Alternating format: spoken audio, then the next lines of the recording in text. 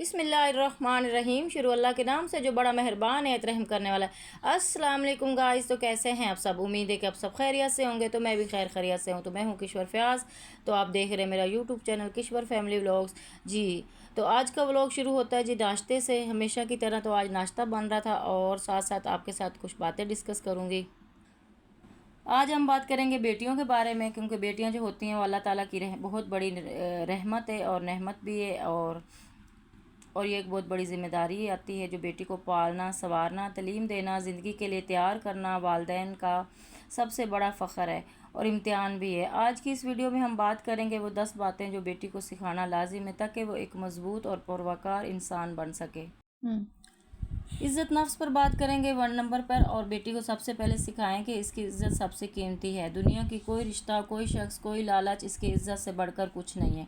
अक्सर माशरे में बेटियों को दूसरों को खुश करने के लिए अपनी इज़्ज़त पर समझौता कर लेती हैं। इन्हें बताएं कि अगर आप कभी किसी बात पर या किसी रिश्ते में या इसकी इज़्ज़त मजरूह हो रही है तो वो डट कर इनकार कर दे। मिसाल के तौर पर एक लड़की अगर ख़ुद को कमज़ोर समझे तो लोग इसका फ़ायदा उठाते हैं, लेकिन अगर वो इत्मीनान से कहे कि मैं ये बर्दाश्त नहीं करूँगी तो सब खुद ब खुद रुक जाते हैं।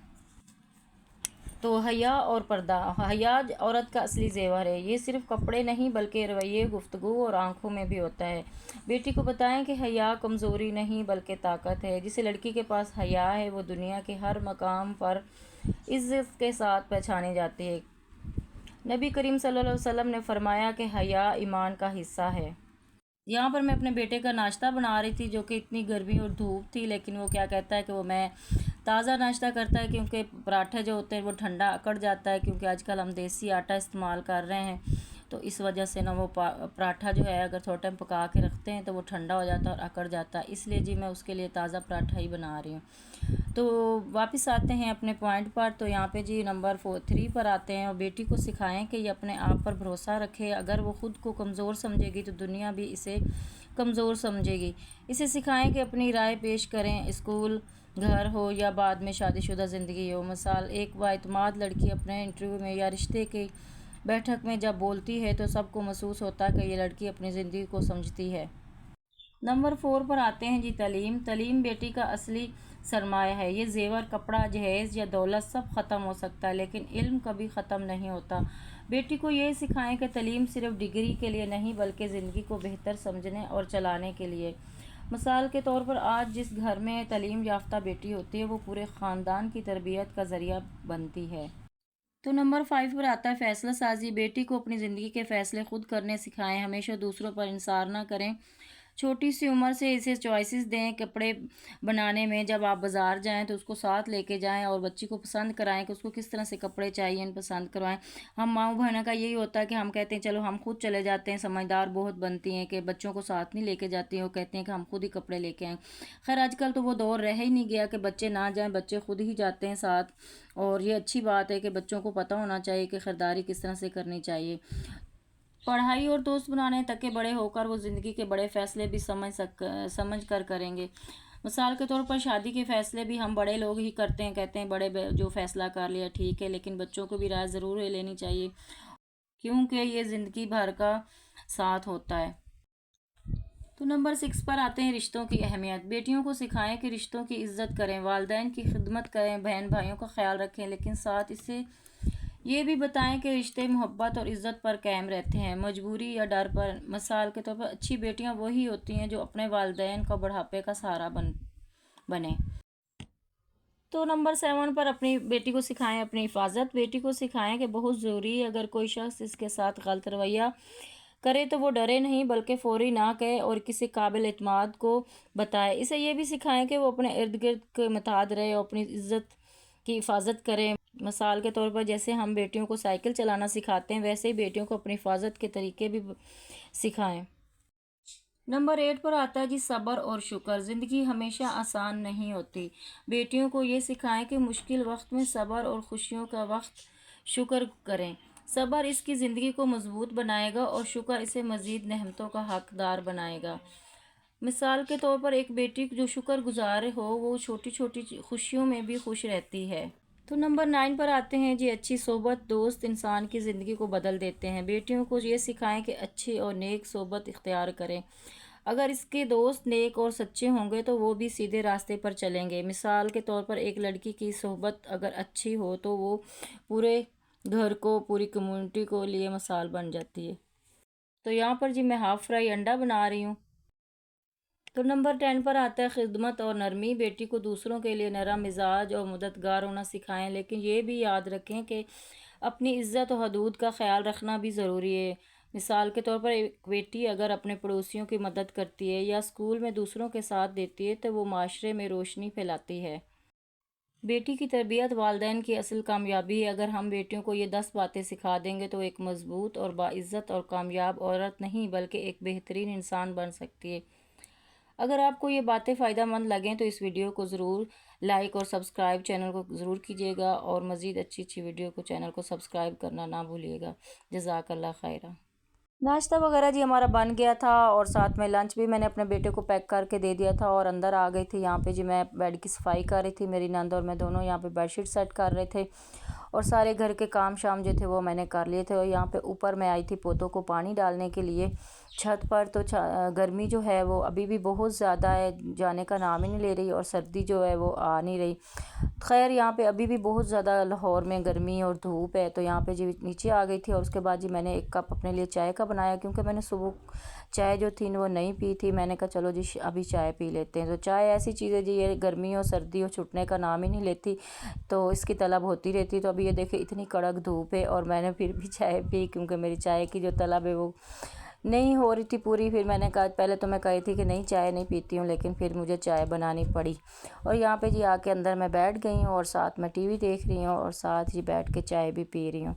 तो कभी कभी ऐसा होता है ना कि हम औरतें कहती हैं जी सबके साथ चाय बनेगी तब पियेंगे, लेकिन कभी कभी इंसान को अपने लिए भी टाइम निकालना चाहिए, और एक कप चाय का बना के अपने लिए अकेले बैठ के पीने चाहिए, तो एंजॉय करना चाहिए। तो यहाँ पे जी मैं भी वही कर रही थी और चाय पी रही थी। और उसके बाद जी मेरा बेटा आया था, और ये एक पार्सल था, ये अगले दिन की वीडियो है मेरे भाई का, जो कि उसने स्मार्ट वॉच जो थी वो की हुई थी, स्मार्ट वॉच थी भाई ने ऑर्डर की हुई थी, तो वो आ गई थी। और पार्सल जो था मेरे बेटे ने रिसीव किया था, तो वो कह रहा था कि मामा मैं इसको देखता हूँ। तो मैं उसको मना कर रही थी कि ना देखो, मामू की चीज़ है, मामू देखेंगे। लेकिन उससे सब्र ही नहीं हुआ, उसने कहा नहीं जी मैंने तो अभी देखनी है। और ये थी जी स्मार्ट वॉच, जो कि बहुत ही प्यारी थी, और वो इसने सारी खोल के जी सारी हाथ में अभी चेक कर रहा है, और ओपन करके आप लोगों को भी दिखाते हैं कि जी कैसी है।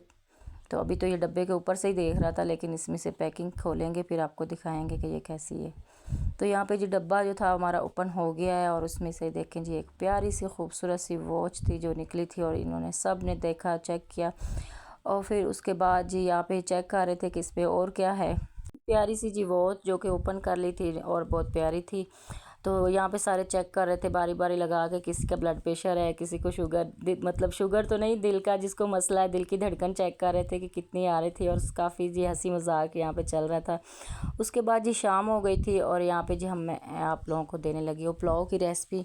तो यहाँ पे जी हम पुलाव बना रहे हैं। कढ़ाई में जी डाल दिया है मैंने ऑयल, उसमें डाल दिए जी प्याज, और प्याज़ों को करेंगे गोल्डन ब्राउन। और अच्छे से हमारे गोल्डन ब्राउन प्याज हो गए हैं। और उसके बाद जी हम इसमें डाल देंगे अदरक लहसुन का पेस्ट, वो उसकी भी बुनाई कर ली थी। और उसके बाद जी डाल दिया इसमें चिकन की बुनाई करेंगे। तो यहाँ पे जी मेरी बेटी निमरा कह रही थी कि मुझे बिरयानी बना के दो, क्योंकि वो बिरयानी की बहुत बड़ी फ़ैन है, हर वक्त कहती है घर में बिरयानी पकती रहे। तो मैं उसको कह रही थी कि नहीं बेटा, पुलाव भी बहुत मज़ेदार बनता है, तो मैं आपको आज सिखाती हूँ पुलाव बनाना। तो यहाँ पे मेरी बेटी खड़े होकर सीख रही थी पुलाव बनाना।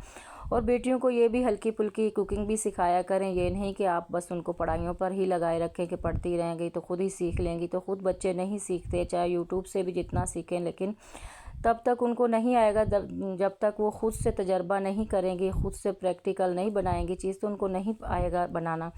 तो यहाँ पे जी हमारी चिकन जो थी वो माशाल्लाह से अच्छी खासी उसकी भुनाई हो गई थी, और वो ना पिंक से वाइट हो गई थी, और इसकी जो हमक और स्मेल होती है चिकन की वो सब ख़त्म हो गई थी। और यहाँ पे मैंने कुछ खड़े मसाले भी इसमें डाल दिए थे, और साथ में इसमें मैंने डाल दिया था धनिया पाउडर, और साथ में लाल मिर्च का पाउडर डाल दिया था। इसके अलावा और मैं उसमें कुछ नहीं डाला था, क्योंकि ये वैसे ही सिंपल हमने पुलाव बनाना है, तो ये बहुत ही मज़ेदार बनेगा। तो इस तरह से बच्चों को छोटी मोटी चीज़ें जो है ना, बेटियों को ख़ास तौर पर सिखाएं, बेटों को भी सिखाएं, और मैं तो कहती हूँ बेटों को भी सिखाएं, उनको भी आना चाहिए।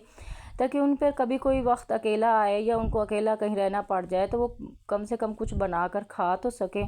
तो ये सिंपल सी रेसिपी है पुलाव की जी। तो मैं आप लोगों के लिए रेसिपियाँ बनाती रहती हूँ जो कि आप लोग मुझे बताते नहीं हैं कि आप लोग मुझसे कुछ सीख रहे हैं या नहीं सीख रहे, या आप लोगों को मेरी रेसिपी पसंद आ रही है कि नहीं आ रही। खैर मैं तो बनाती रहूँगी, मेरा काम है। और यहाँ पे जी मैंने चिकन की और मसाले की अच्छे से भुनाई कर ली थी, और उसके बाद जी मैंने 1.5 गिलास चावल थे और उसमें मैंने 2 गिलास पूरे पानी डाले थे। इससे ज़्यादा पानी आपने नहीं डालना, क्योंकि आजकल के वो चावल नहीं रह गए जो उसमें डबल पानी डलता था। तो यहाँ पे मैंने थोड़ा सा ही एक्स्ट्रा पानी डाला था, ज़्यादा नहीं डाला था। और चिकन जो थी हमारी हाफ़ से ज़्यादा डन हो गई थी बुनाई में, जो रह गई है वो इन चावलों में पक जाएगी, क्योंकि चावलों में भी पानी है और अच्छा खासा चावलों ने भी पकना होता है, साथ में चिकन भी पक जाएगा। तो अगर आप पूरा चिकन गला लेंगे तो फिर चिकन जो है ना वो ज़्यादा गल जाएगा और चावल जो है वो कच्चे रह जाएंगे। तो इसलिए इसको हाफ़ डन करना है, फुल डन नहीं करना। और यहाँ पे जी हमारा जो चावल थे, चिकन पुलाव था, उसका पानी खुश्क हो गया था। और यहाँ पे मैं इसको दम पे लगाने लगी हूँ। अच्छे से इसको मिक्स करके चम्मच चला के, ताकि नीचे से मसाला जो है वो लगे ना। और इसका ढक्कन जो है वो बंद कर देना। और अगर आपके पास पोना वगैरह गीला करके लगाना है तो वो भी लगा सकते हैं, लेकिन मेरी जो कढ़ाई है वो एयर टाइट है, उसमें स्टीम जो है वो बाहर नहीं निकलती। और मैं यहाँ पे आके चेक कर रही थी, इसको 15 से 20 मिनट हो गए थे और माशाल्लाह से ये इतना अच्छा पुलाव खिला खिला तैयार हुआ था कि सब ने खाया और सबको इतना ज़्यादा पसंद आया। और साथ मेरी बेटी ने भी माशाल्लाह सीख लिया, वो कह रही थी कि अगली दफ़ा मामा मैं ही बनाऊँगी ये पुलाव, मुझे बहुत पसंद आया।